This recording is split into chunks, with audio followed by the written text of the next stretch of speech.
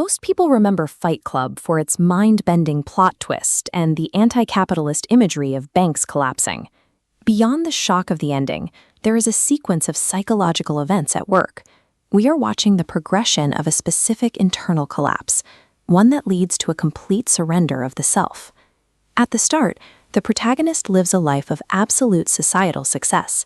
He has a stable corporate career and spends his time acquiring high-end furniture. His life is entirely frictionless. That lack of friction is the catalyst. Radicalization often begins not with poverty or trauma, but with total comfort and a lack of individual struggle. This process begins when we outsource our identity to our purchases. Selecting a couch or a dining set becomes a replacement for building a personality. The more a person uses brands to define themselves, the less of an actual self remains.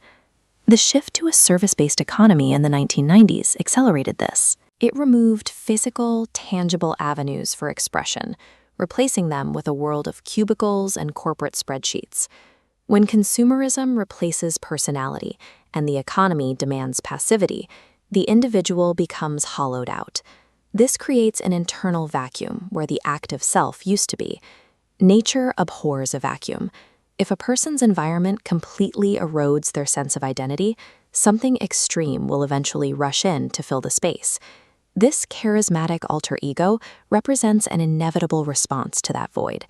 The mind attempts to survive a vacuum by generating an identity powerful enough to fill it.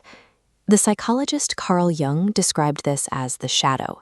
These repressed traits, aggression, confidence, and raw desire, gather in the dark until they eventually consolidate and break out. This internal emptiness projects itself in two directions. The alter ego fills the active, aggressive void. Meanwhile, the female counterpart, Marla, represents the projection of the passive and self-destructive void. The protagonist's intense hatred for Marla is actually a form of projection. He rejects her because he sees her as an unfiltered reflection of his own hollowed-out condition. Fighting provides a raw jolt of sensory reality. It is a desperate attempt to feel alive and re-establish the physical borders of the self. But the organization quickly mutates. The members start wearing identical uniforms and shaving their heads. They surrender their names, refer to themselves as numbers, and adopt a culture of absolute obedience. They began by trying to escape the conformity of consumerism, but they ended by submitting to a militant, totalitarian conformity that erases them just as effectively. And this reveals the paradox of rebellion. Attempting to escape a system of control while the internal void remains unaddressed often leads directly into a stricter prison. The mechanics of this underground cult function as a direct reflection of a much more familiar structure, the modern corporate office. We can see the shared psychological mechanics on this chart. Corporate culture encourages individuals to outsource their identity to the company's prestige and erase personal friction for the sake of the organization. The cult demands the exact same thing. Tracing these behaviors back reveals they stem from the same root cause. The office worker and the cultist are driven by the same primary urge. They surrender the self to a collective to avoid facing their own internal emptiness. The literal climax, the explosives and the falling buildings, serves as a hollow victory.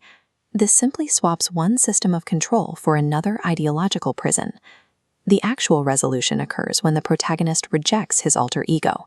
By pulling the trigger on himself, he definitively breaks his ties to the abstract system of control. He then takes Marla's hand. He chooses to engage with a specific, messy individual instead of hiding within a collective. You cannot cure the emptiness of modern life by trading one ideology for another. The only way to fill the void is through a concrete, vulnerable connection with another human being.